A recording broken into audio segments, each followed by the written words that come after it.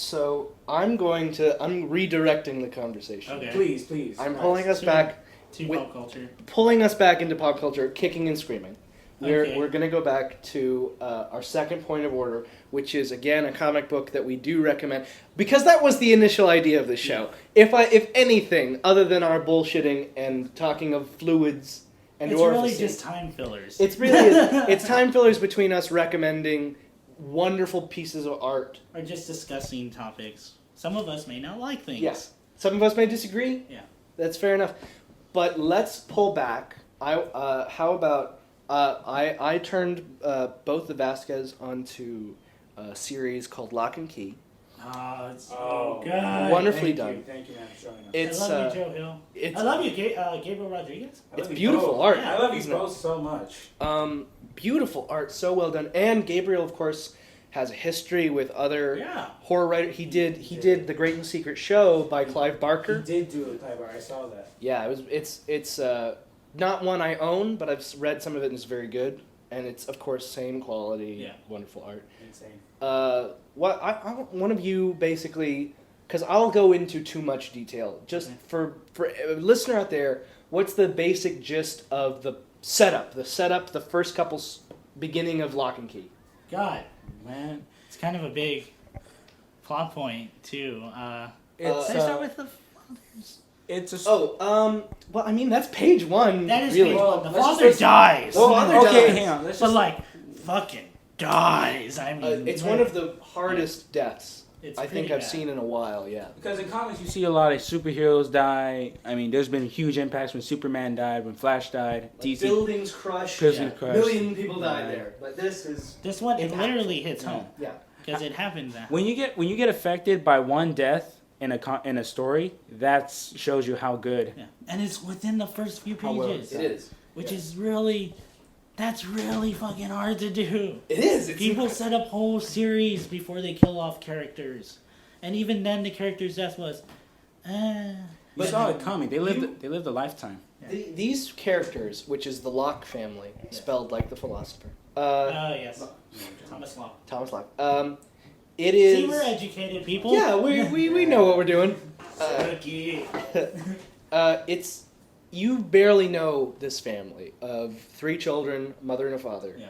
And when that man dies, you instantly feel the hit of that impact on this family, and you know these people are gonna have to deal with this in a serious way. Yeah. You know, and basically the rest of the story is that them just dealing with it. It is throwing in that's the really attractive part of it. While the keys, which we'll get into in a little bit, but basically they do special things. Yeah.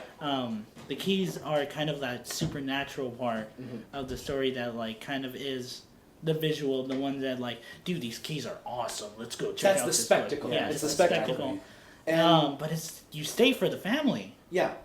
It's one of the, I think Joe Hill, in his writing, he understands that you can't throw flash at people and expect that to be all they come for. Yeah. He gives you a baseline that is all substance, it is heart, it is interest, and it's just this kind of desire, you want to see these people do well. Yeah. You care about them.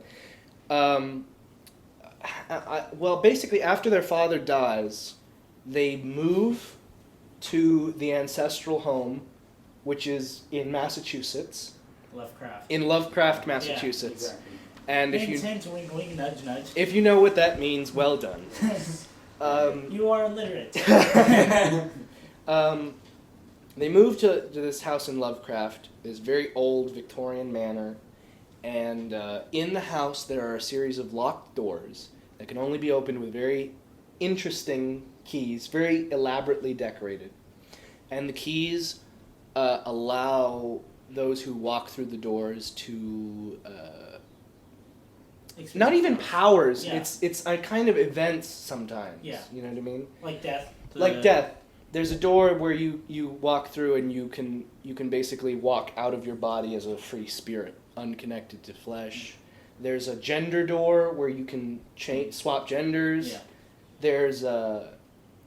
I mean, Anywhere key. is a big. Anywhere key is a key that basically it will open any door to any other place you want to go. There is a cabinet key, the one that heals you. Yes. That restores any. And once you get to the cabinet key, it's a really sad scene. It is a very sad. While the key sounds amazing and it would fix things, it's a really sad. It may fix material, but it can't fix human beings. Yes. That's let's not go in any more. I don't of want that. to get into That's it as far as- because I want the scene to really. This hit is as and far as we'll get. For that. Just one thing about Lock and Key is, and even as you go through and you get questions answered, because you're going to be riveted, I assure you.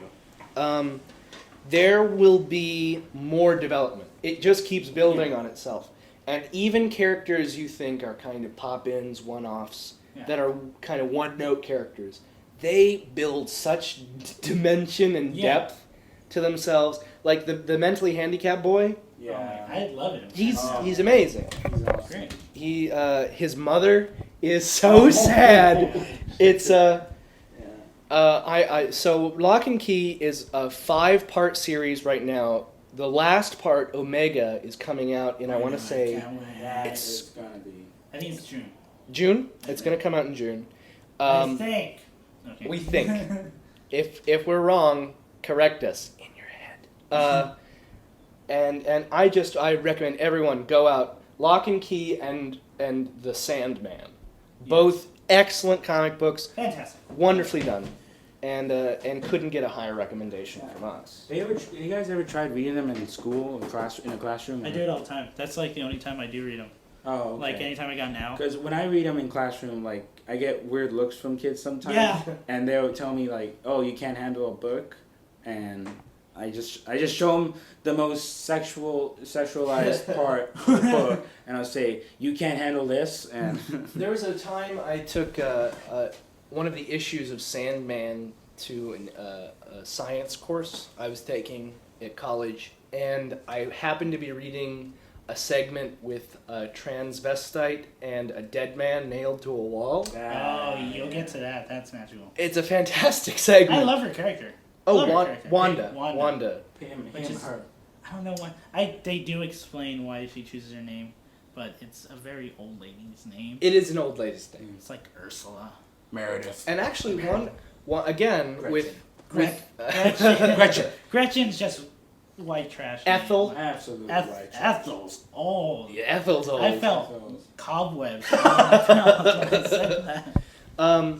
I think that Wanda, even though he is a transvestite, it goes along again with what I said. Neil Gaiman, excellent at female characters. He really feels is. so womanly Yeah. and genuine. You know, nothing about him is song and dance hobnobbery. No. It's very genuine. Well done business. And Yeah. Oh, so if we're gonna go on comics, you guys want to do who would win it in the fight? sure. All right, let's do it now. Okay.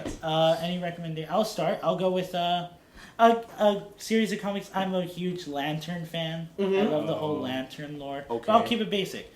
Green Lantern, as opposed to, let's go with Hal Jordan, classic Green Lantern, Okay. and versus anyone you guys want to take a break. Let's say Green Lantern versus. Do we have to keep it in the same universe? I don't No, wanna- let's not keep it in the same just universe. Green Lantern. Green Lantern versus. I wanted to do Gonzo, but it had to be someone. From the Muppets? From No. Oh. Gonzo. No, I think I know who you're talking Weirdo, about. Weirdo. Gonzo. Weirdo. Yeah. Oh! I was thinking, Jesus, that's a one-sided fight.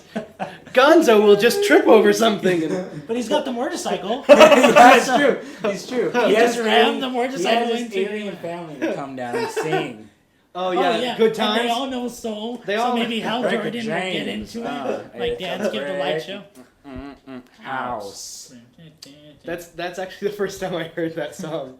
Really? That is genuinely the first time. It's that because it happened the same. It's the Commodores, not Rick. Okay. Sorry. You're all gonna hate me now. I'm sorry. I'm so sorry. I could be wrong, and they'll go, no, Chris, that's a shitty thing to do. It's not the Commodores. And we all know your name now. 1, 2. I introduced myself. We all said our but Yeah. Oh shit. you don't know that we used our real names. Though. No. Who knows? You're all held to this forever. Yes, we are. We are all. Yeah, Theodore. See, I didn't even know your real name. I just thought you were called Hey Bitch.